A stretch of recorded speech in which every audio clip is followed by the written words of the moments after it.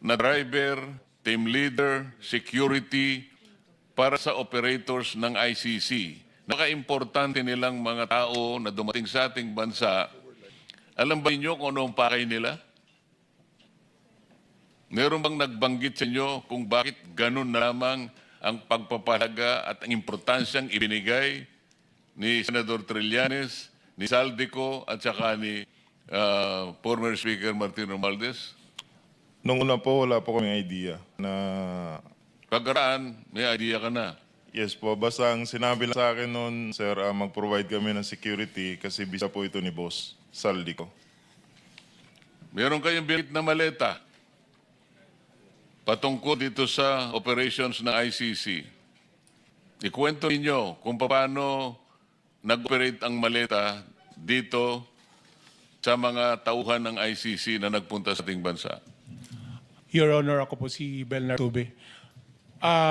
Para Horizon po, nag-advise po si Boss magpapalit kami ng piso to dollar na 2 maleta doon sa Makati po. Sa, Bibili kayo ng US dollar. Yes, Your Honor. Dinala po namin ito sa Per Bank Makati sa Sedo Village po. Dalawang maleta worth of 50 to 60 M po ang laman. 50 to 60 million pesos ipapalit nyo sa US dollar. Yes, Anong po. bangko sa Makati? Per Bank po yung building, Your Honor, 146 sa Salcedo. Hindi siya bangko, sir. Parang money changer siya sa ano. Di ko ma-identify kung ano po yung room sa taas kasi marami po, isang beses lang po kami nag-deliver. So, hindi nyo Kasi through contact po yung kailangan pumasok doon, sir. Kasi malaking halaga po yung pinapalit namin, sir.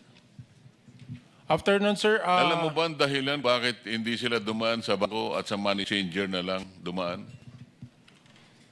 Siguro, sir, sa laki ng figure po, sir. Hindi lamang yun. Yung pinaka-importante. Bakit hindi sa bangko siya dumaan? At dumaan siya sa money changer? Para hindi po matrace, sir, na ganong Ayun. malaki. After that, sir, na palit na namin ng piso to dollar. So, isang maleta na lang po yung kapalit, binaba namin sa van. Then, Hindi nyo binigay. after po nun, sir, binalik namin sa Horizon. Ang narinig ko po, sir, ibibigay po kay Speaker. Yun na po siguro yung kamiting nila Kong sa Trillanes po.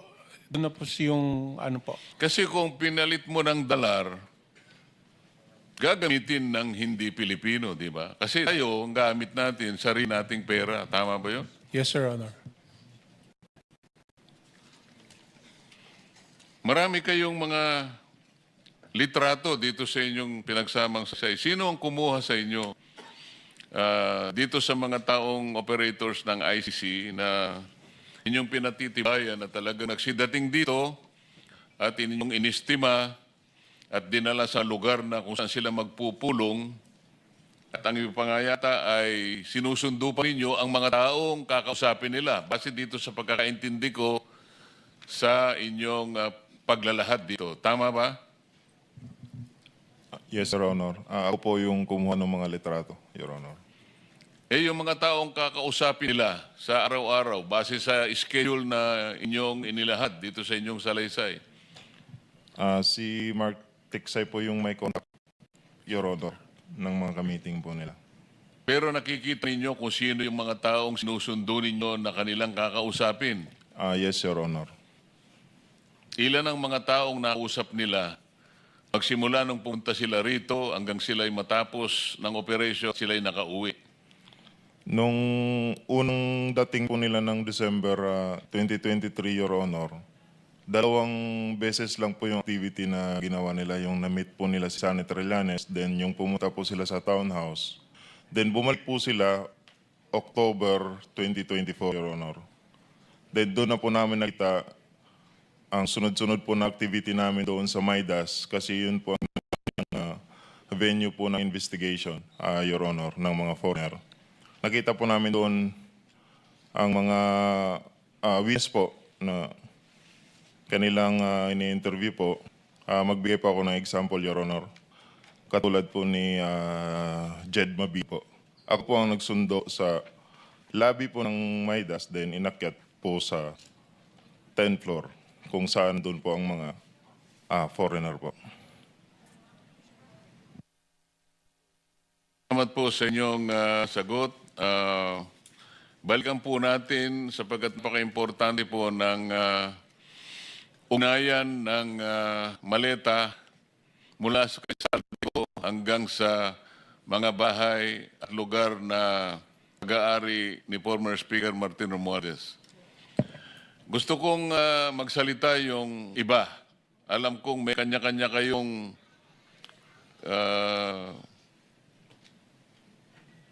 kasaysayan na sasabihin. Meron kayong karanasan na sasabihin. Maaaring iba-iba ang magkakakita nyo, ngunit alam ko yan ay magtutugma. Kung paano nyo nadideliver, paano nyo ina-handle, saan kayo nagsisimula, saan kayo natatapos, ano ang pangyayari sa isang araw ng pagdi-delivery. Bawat isa inyo ay kinakailangan din magsalita ng sarili niyang karanasan tungkol dito sa pagdadala ng mali-mali pera. Ang mali-malitang perang ito po ay hindi po sa kanila. Ito po ay pera ng taong bayan. Ito po ay pera ng taong bayan na ginawa po nilang sariling ATM. Kaya kailangan po kayo magsalita. Yes. Sir Chairman, can specific question bago nyo ikwento lahat, with your permission.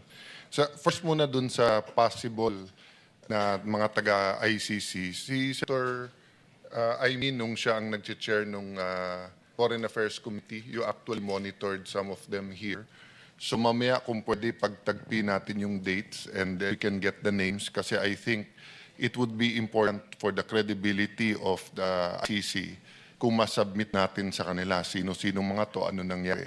Kasi parang simple lang sagot parati na invento lang yan eh. But again, may resibo, sundan natin. Number two, Mr. Chairman, before we go to that general question na pagdi-deliver, kanina nakilala na natin po si Sergeant Tube. No? Yes. Sino si Bulon Tate? Sir? Tapos Orbilio? Yeah. So sir, kayo yung nakalagay dito kasi I'll just give the context. No? Nung February pa dapat magpapalitan ng Senate President at dapat to napunta kay Senator Loren Legarda. Pero nakatanggap kami ng matawag at dun sinasabi, hindi maaaresto si Senator Jinggoy, hindi magkakakaso, huwag siyang sumama. Narinig ko mismo yung conversation.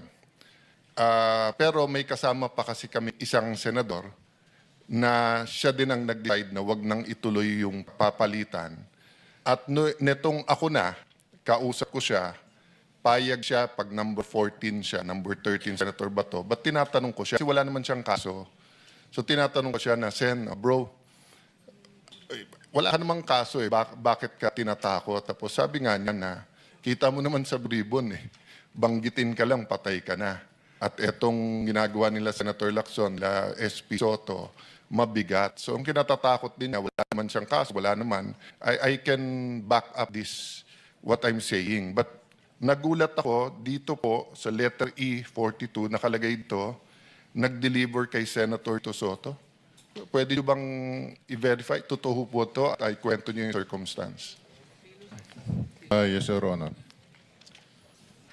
Sige, sir. Yung time na yan, Your Honor, advance team kami, Your Honor.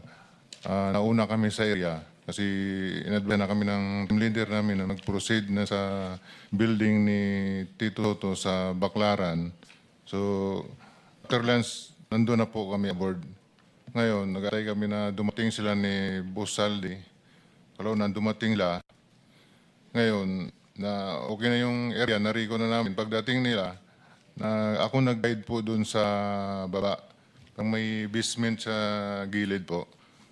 Ngayon, dumiritz yung limo ni Boss umikot. Tapos nag-drop off. Tapos umakyat sa parangdanan, Your Honor. At tapos may elevator. Kasama niya po si A.A. Mark, saka si Paul, saka yung ISO niya po, si Police Major Dichuso po. Tapos nun, pasakay siya sa elevator, may pagbukas ng elevator, may nagsalubong po doon. Sumakay sila. Tapos yung malita po na dala po namin, nadala po ng mga kasama ko, tulak-tulak po nila yung dalawa. Hinabol ko yung dalawa at sinabay po sa elevator. Tapos yung the rest po na ibang malita, hindi po nakahabol. Nauna na po akyat sa taas po. Anong dineliver nyo? Pera? Pera po. Alam mo magkano? Large po, malaki. Large? Ang large usually, ang laman ay... 40 to 70 po. So, ilan ang dineliver? Mga 40 to 70 po yung... So, laman isang po. maletang. 5 po, 5. 5 maleta na tig Opo. 40. Yes, Your Honor. Yeah. So, more or less, kailan? Again, Your Honor. More or less, kailan? When? Year 2024 po, bago mag... Campaign period. Yes po. Okay. So, kaya ako to tinatanong dahil mabigat sa akin to dahil nga pinaniniwala natin yung Blue Ribbon Committee na pinamunuan ni Senator Lacson, but everyone knows magpartner talaga yan si Senator Tito Soto and Senator Lacson, no? Not partners in business but partners in politics, no? And then dun sa susunod na paragraph pero walang pangalan kung sino, nandito din pangalan ni Senator Erwin Tulfo na pinapangalan nilang susunod na chairman ng Blue Ribbon Committee kung sila masusunod. Sinong may alam nito? Dito po si... So, babalikan kita, sir, ha, dun sa details kay Senator Soto. Kay Senator Tulfo. Ako po, magandang umaga po, Your Honor. Ako po yung involved doon kay Senator Erwin Tulfo. Sir, pangalan tapos pakikwento na lang yung circumstance. Ako po, sir, si Bernard Gumban. Bali po, nakapag-deliver po ako doon kay Senator Erwin Tulfo ng 2 bisis. Yung una po, 2 maleta, tapos yung pangalawa po, 6. Ano yung dong maleta? Anong size? Maliit lang po, small tsaka medium siguro. Small. Ano ulit laman ng small? Nasa 20 to 25. Okay, and then medium. Yung po, Medium ata yung 20 to 25, no? Tama ba? maliit po. Yung small po, Okay, tapos yung medium.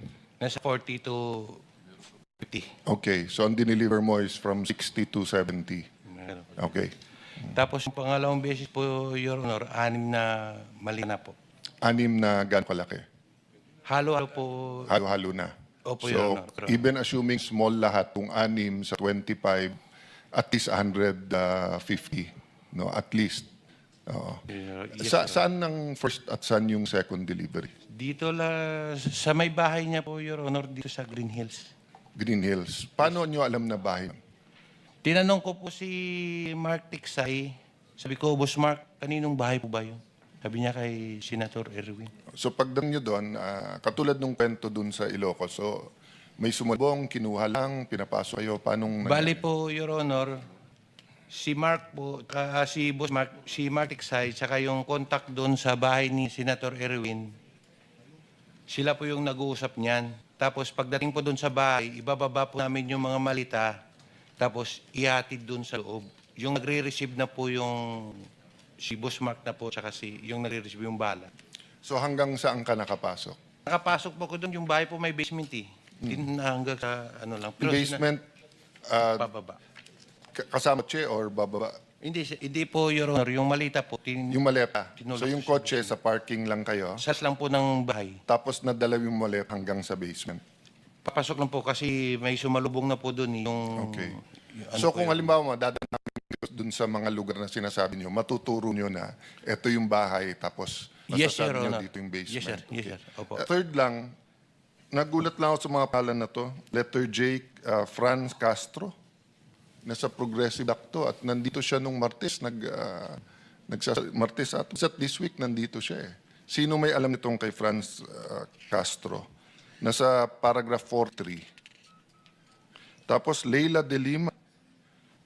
Tapos may nakalagay dito sa Polo Club na bigay.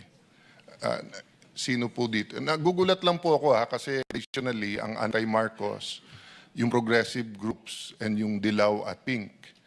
Pero recently sa nangyayari sa Senate, Marcos na rin eh.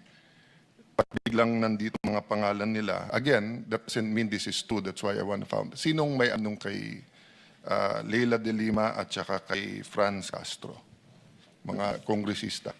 Si Franz Castro, Your Honor, laging ka-meeting niya nila boss sa Lico, sa opisina niya doon sa Congress po at saka sa townhouse.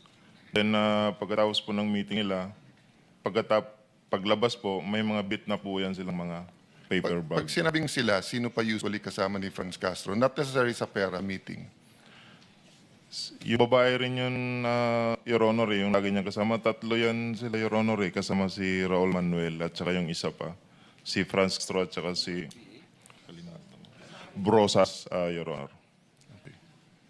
How about yung kay Leila de Lima? Sinong may alam? Si Laila de Lima po, lagi po yan sa townhouse. Ka-meeting po sila boss. Then, pagkatapos po niyan, ganoon din po, may dala-dala na rin po yan. Kuha niyan, Your Honor, Quadcom hearing. Kailangan nating i-clarify muna, ano, kasi yung pagkabanggit nyo kay Congresswoman Laila de Lima, kasama siya sa mga congressmen ng 19 Congress. Hindi pa siya congresswoman noon eh. Bakit siya kasama rito doon sa listahan ninyo sa paragraph 43? Yun po yung, siguro po may lisis po kami dyan kasi, Your Honor, Napagkamalan nyo siyang congresswoman noong panahon na yon. nung congresswoman, nung panahon na yun, Your Honor, hindi pa po siya kongresista. Pero yung namimit na po kami ni Attorney Baligod, kung congresswoman na po kasi, kaya na sama po dyan sa mga congressman po. Kasi bukod sa kanya, itong tunay na mga congressmen na nilist down nyo sa paragraph 43, babanggitin ko na, salitaan nyo naman ito eh. Ito yung mga nag-deliver po kami mismo sa bahay ng ilan sa HOR at yung iba kinuha nila sa Unit 8 o Unit 9 ng Polo Club Townhouse, Forbes Park. Sila yung mga sumusunod. Benny Abante, Sia Adyong, Jose Alvarez. Dito binabanggit niyo kung saan kinuha eh. Halimbawa, si Benny Abante, kinuha niya sa House of Representatives saka sa Townhouse. Si Sia Adyong, mga congressman po ito ha, House of Representatives niya kinuha. Jose Alvarez sa Forbes Park House. Jojo Ang, Townhouse. Julien Barola, Townhouse. Ace Barbers, Townhouse. Ching Bernos, House of Representatives. Arlene Brosas, House of Representatives, Townhouse. Franz Castro, House of Representatives, Townhouse. Joel Chua, House of Representatives. Manix Delipe, House of Representatives. Ito nga, si Lima, Townhouse niya kinuha. Dan Fernandez, House of Representatives, Townhouse. Janet Garin, House of Representatives, Townhouse. Dong Gonzales, Townhouse. J. Konghun, House of Representatives at Townhouse. Jervil Luistro, House of Representatives. Raul Manuel, House of Representatives and Townhouse. Ito yung mga makabayan group na sinasabi ni Senate President kanina eh. Raul Manuel, Franz Castro, Arlene Brosas. Ito yung makabayan block. Nagsasalita sila sa House of Representatives. Matagal ko po silang nakasama roon eh. Wala nang ginawang mabuti ang gobyerno. Palagi sila na lang mabuti. Na parang sila, ay ngayon pala eh, di ko sinabing totoo lahat ito, kaya kayo nandito para patibayan ninyo, para tindigan ninyo na totoo lahat ang sinabi nyo rito. Sandro Marcos, Forbes Park, Paulo Ortega, House of Representatives, Joseph Paduano, House of Representatives, Townhouse, Stella Kimbo, House of Representatives, Townhouse and Residence, J.J. Suarez, House of Representatives, Erwin Tulpo, ayun, Green Hills, House of Representatives. Itong lahat po ng binanggit ninyo na mga ngayon ay naglilingkod na miyembro ng House of Representatives, yung iba naman ay wala na, kailangan patibayan natin sa pagitan ng inyong individual o sama-samang paglalahad na tama lahat na sila ay nakatanggap sa iba't ibang paraan at iba't ibang lugar ng salapi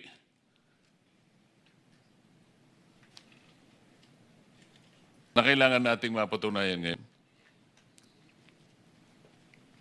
Sino gusto magsimula? Kailangan mapatibayan natin lahat ito. Your Honor, itong mga dating mga sundalo natin ay meron silang na-share sa akin na screen capture ng kanilang chat group, no? Kasi ang nangyayari po noon, may chat group sila. Pag mag-deliver sila ng pera sa personalidad, ay kinukuhanan nila ng picture at ipinapasa sa chat group nila. Pag nakita po yun ni Ginoong Zaldico, fino-forward niya doon sa recipient at sinasabi, okay na ako sa iyo ha, etc. Pero kung kasama mismo si Ginoong Zaldico sa pag-deliver, hindi na nila napipicturan. Hindi, yun lamang, maski na yun, pwedeng tanggapin ng komite dahil ang importante lang, mapatibayan natin na itong mga taong binanggit natin ngayong umaga, sapagkat ito naman ay nasusulay inyong pinagsama-samang salaysay, merong mapagbabatayang... Ito no, noong April 8, Tuesday po ito, may nag-text yung si Police Captain Alvin Nugid, yung parang team leader po nila. Sabi niya, Franz Castro, saka Arlene Brosas, dito na sila, sir. Tapos may sagot, sir, may kasama pa daw sila, continue daw. Pabato na lang, sir, sa truwa sa baba. And then may naipasa rin nga sa akin na isang picture ni Congresswoman Brosas doon sa opisina ni Congressman Saldico, no? So si Congresswoman... So lahat ng nabanggit nating public figures ngayon, merong mga confirmatory na ebidensya sa chat ninyo, kung hindi man litrato, confirming that all of them Opo, receive these kickbacks. yung pag-receive po ng kickback, sabi ko, pinapadala sa group nila. Yun nga, merong coverage na chat group report, kung ano man ang tawag ninyo, para mapatunayan nating isa-isang mga ito na nakatanggap ng kickback. Hindi po exactly na one-on-one correspondence po, no? Dahil yung iba po na na-capture nila sa screenshots, through screenshots, nakuha po sa telepono ng iba. Pero may naiwan din po sa na maibibigay po namin sa inyo. I think ang ibig sabihin, Chairman, katulad nung nagtanong ako kay Senator Tito Soto, allegedly, sinagot nung tatlo or tatlo, na tinanong ko kay Senator Erwin. So I think kung sino lang may personal knowledge dun iba. But I just one comment lang, Mr. Chair, and appeal to sa Armed Forces of the Philippines. Alam niyo po, hindi biro po yung namamatayan ang sundalo. Akala natin pag namatayan yung sundalo, kompleto yung pondo para sa kanyang muda or kung babae siya para sa kanyang nabiyudo at yung mga anak. No? Remember, kung namatayan ng tiniente, hindi makukuha nung kanyang biyuda yung sweldo na bilang colonel or bilang general. And yung anak hindi na makakausap yung kanyang tatay o nanay. The reason why I say this is because yung progressive group have been consistent in trying to get the NTF-ELCAC abolished. And they have been very consistent na dapat walang mga pondo para sa ilang mga lugar sa Pilipinas at NTF-ELCAC. Marami silang accusation dito. So napakasakit naman kung nasa gobyerno pala ginagamit yung nakaw na pera para bigyan itong mga individual na to. Tapos mga individual na to ay ina-advocate na mawala yung NTFL CAC na kung saan tuloy-tuloy po ang mga casualty ng mga alagad ng batas, maging pulis yan. So, right now, I don't know kung may susunod sa amin kapag nagbigay kami ng directive, whether sa Ombudsman, DOJ, or AFP. But ako, sa mga nakikinig sa AFP ngayon, lalo sa intelligence, i-verify nyo rin to. Kasi para tayong loko na kayo inuutusan namin na ipagtanggol ang bansa laban sa armed conflict, laban sa napakatagal ng laban sa armed conflict sa ilan mga komunista. Tapos yung pala, tayo din, sa buwis din pala natin pinopondohan yung mga advocate na itigil nyo naman yung laban. Di ba parang the right hand is saying, ali mo buhay mo para sa bansa. Yung kaliwang kamay naman, nagbigay ng pera dun sa lumalaban. So it's just crazy, Mr. President. So I hope the AP intelligence look into this. This is not just a matter of truth in the sense of anti-graft and corruption. This is a matter of survival, of existence, of life or death sa ating mga alagad ng batas, sa ating AFP at PNP. Thank you, Mr. Chairman. Salamat, Mr. SP. Bigyan ko po yung aking naunang tanong sa inyo kung individually meron kayong gustong isaysay na hindi naman inconsistent dun sa inyong pinirmahan na masamang salaysay. Nauukol po sa pagdi-deliver nyo ng pera kung kanino, ilan dinideliver, paano dinideliver, anong ginamit sa pagdi-deliver, kanino napunta. Yun lamang po, para sa ganon, malaman natin na nagkaisa kayo hanggang sa magawa ninyo ang pagsama-samang salaysay.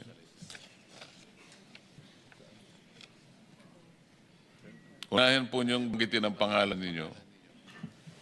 Julie Cadjao, sir.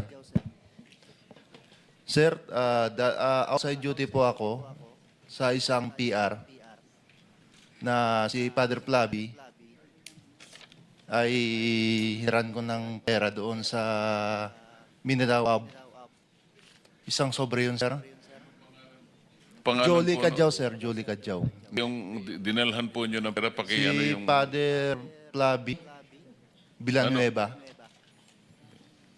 Tapos, sir, mayroong, doon, sir, sa, Anong lugar po yun? sa Mindanao, sa mismong simbahan, sir, sa may gilid ng kalsada. Bakit po kayo nadala ng pera doon sa pari? Kasi, sir, hindi ko ano, sir, kung pang ano nila yun, sir. Basta nagdala na kami ng pera, sir, tapos doon sa 33 Maleta, di ba? Dinala mo? isang sobre, sir, tapos doon, sir, sa 33 Clemente. Baka naman sulat lang pinadala Hindi, sa'yo, sir, sobre pero, lang. sir, kita ko mismo, sir, eh.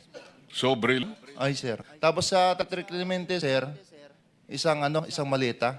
Kanino? Kay Father Flavi, binuhat ko papunta sa sakyan niya. So may isang sobre at isang maleta. Ay, sir. Yun ang nare-recall mo. Ay, sir.